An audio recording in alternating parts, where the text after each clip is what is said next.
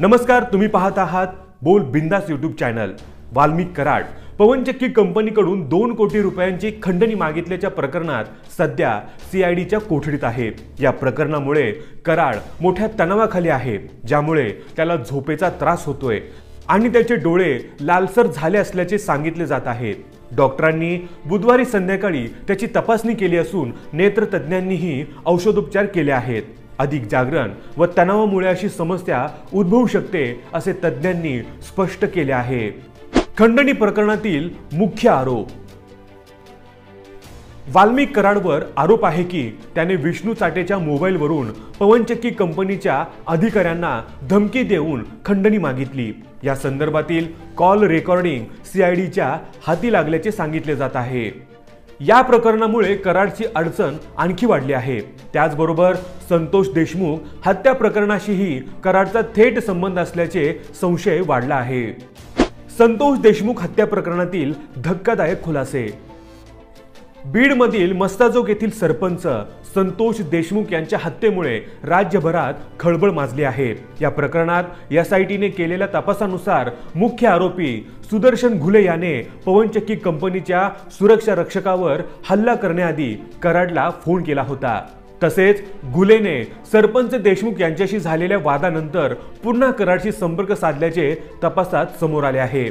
त्यामुळे या प्रकरणात कराडची भूमिका संशयास्पद ठरत असून पोलिसांनी त्याचा तपास अधिक गतीने सुरू केला आहे। सुशील कराडवरही गंभीर आरोप। वाल्मिक कराडचा मुलगा सुशील कराडवरही सोलापूर जिल्हा सत्र न्यायालयात खाजगी फिर्याद दाखल करण्यात आली आहे। या याचिकेनुसार सुशीलने रिव्हॉल्व्हरचा धाक दाखवून लूटमार केली असल्याचा आरोप आहे।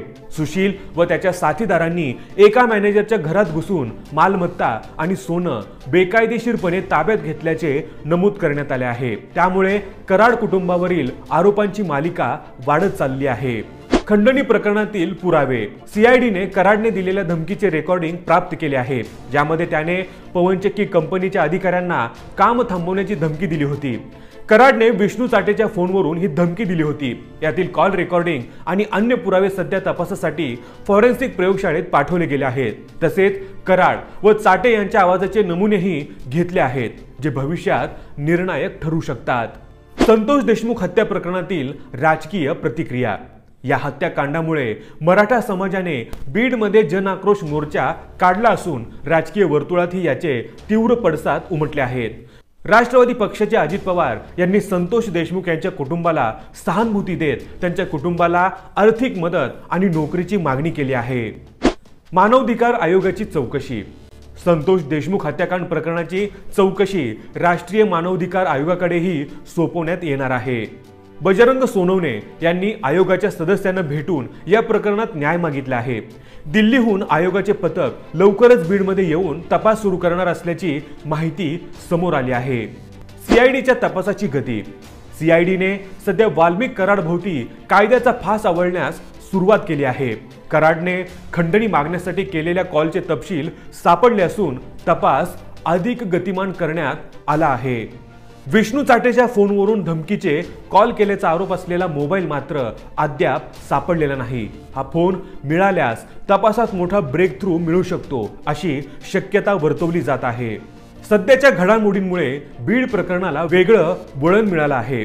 वाल्मिक कराड, सुदर्शन घुले आणि विष्णू चाटे हे तिघेही आरोपी गंभीर अडचणीत आले आहेत। कराडचा मुलगा सुशीलवरही आरोप झाल्यामुळे प्रकरण आणखी गंभीर बनलं आहे।